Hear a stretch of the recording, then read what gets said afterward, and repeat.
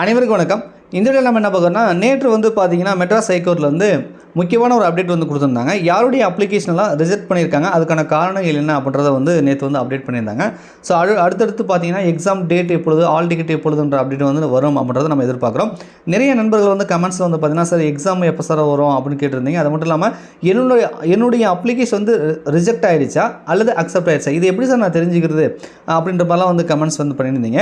ஆக்சுவலாக அவங்க கொடுத்துருக்குறது என்னென்னா ரிஜெக்ஷன் லிஸ்ட்டு. அப்போ அதில் யாருடைய பேர் இருக்கோ அவங்களுடைய அப்ளிகேஷன் வந்து ரிஜெக்ட் ஆயிடுச்சுன்னு அர்த்தம்.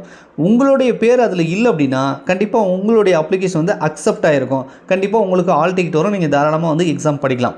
ஒருவேளை அவங்க கொடுத்துருக்கக்கூடிய அந்த பிடிஎஃப்ல உங்கள் பேர் இருக்குது அப்படின்னா உங்களுடைய அப்ளிகேஷன் வந்து ரிஜெக்ட் ஆகிடுச்சு. ஸோ உங்களுக்கு வந்து ஆல் டிக்கெட் வராது, நீங்கள் வந்து எக்ஸாம் எழுத முடியாது. ஸோ நீங்கள் அடுத்ததுக்கு வேறு ஏதாவது ஒரு தேர்வுக்கு வந்து நீங்கள் படிக்கணும், ரைட்டா? சரி சார், நான் வந்து பணம் கட்டியும் நான் வந்து எனக்கு என்னோடய அப்ளிகேஷன் வந்து ரிஜெக்ட் பண்ணிட்டாங்க அப்படின்னா ஸோ நீங்கள் என்ன செய்ய முடியும்? ஒன்றும் செய்ய முடியாது. இதுக்கப்புறம் மறுபடியும் நம்மளுடைய அப்ளிகேஷன் வந்து அவங்க அக்செப்ட் பண்ணியிருக்கான வாய்ப்புகள் வந்து ரொம்ப ரொம்ப குறைவு. பட் உங்களுக்கு ஏதாவது டவுட் இருக்குது, நீங்கள் ஏதாவது கேட்கணும் அப்படின்னா நீங்கள் மெட்ராஸ் ஹைகோர்ட்டோட ரெக்கமெண்ட் போர்டுக்கு ஹெல்ப்லைன் நம்பர் இருக்கு இல்லையா, அந்த நம்பருக்கு வந்து கால் பண்ணி நீங்கள் கால் பண்ணி கேட்கலாம். இது மாதிரி நான் வந்து பண்ணியிருக்கேன், கரெக்டாக தான் பண்ணியிருக்கேன், ஏன் அப்ளிகேஷன் ரிஜெக்ட் ஆயிடுச்சு அப்படின்னு சொல்லி கேட்கலாம். பட் ரீசன் அவங்களே கொடுத்துட்டாங்க. அப்ளிகேஷனுக்கான பேமெண்ட் பண்ணலை, அல்லது டூப்ளிகேட் அப்ளிகேஷன், அல்லது வந்து பார்த்தீங்க அப்படின்னா டேட் முடிஞ்சதுக்கப்புறம் பணம் கட்டியிருக்கீங்கன்னு சொல்லி அவங்களே ரீசன் கொடுத்துருக்காங்க. ஸோ இதுக்கப்புறம் வந்து பார்த்திங்கன்னா அவங்க விளக்கம் கொடுப்பாங்களா அப்படின்றது நமக்கு தெரியாது. ஸோ ரிஜெக்ஷன் ஆனவங்க அடுத்த வேலையை தான் நம்ம பார்க்கணும். இதையே நினச்சிட்டு நம்ம இருக்க வேண்டியதில்லை. உங்கள் பேர் அதில் இல்லை, உங்கள் அப்ளிகேஷன் வந்து அக்செப்ட் ஆகிருக்கு அப்படின்னா கண்டிப்பாக நீங்கள் வந்து இன்னும் நல்லா படிக்கலாம். ஸோ ஒருத்தர் 2 பேரில் கிட்டத்தட்ட 6000க்கு மேற்பட்ட அப்ளிகேஷன் வந்து ரிஜெக்ட் பண்ணியிருக்காங்க. வேகன்சி ரொம்ப குறைவு, அப்ளை பண்ணவங்களும் ரொம்ப குறைவாக தான் இருப்பாங்க.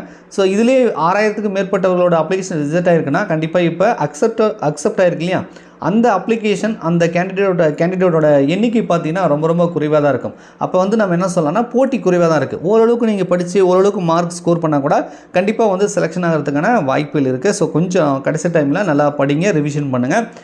இந்த தேர்வுக்கு பயனுள்ள வகையில் நம்ம வந்து டெஸ்ட் பேட்ச் வந்து நம்ம கொடுத்தோம். வின்எக்ஸ் ஆப்பில் வந்து நான் கொடுத்துருக்கேன். ஸோ அதில் பார்த்திங்கன்னா உங்களுக்கு படிக்கிறதுக்கு தேவையான material, question bank, unit wise test, mock test, மேக்ஸுக்கான வீடியோ எக்ஸ்ப்ளனேஷன் எல்லாமே உங்களுக்கு வந்து பார்த்திங்கன்னா அப்டேட் பண்ணியிருக்கேன்.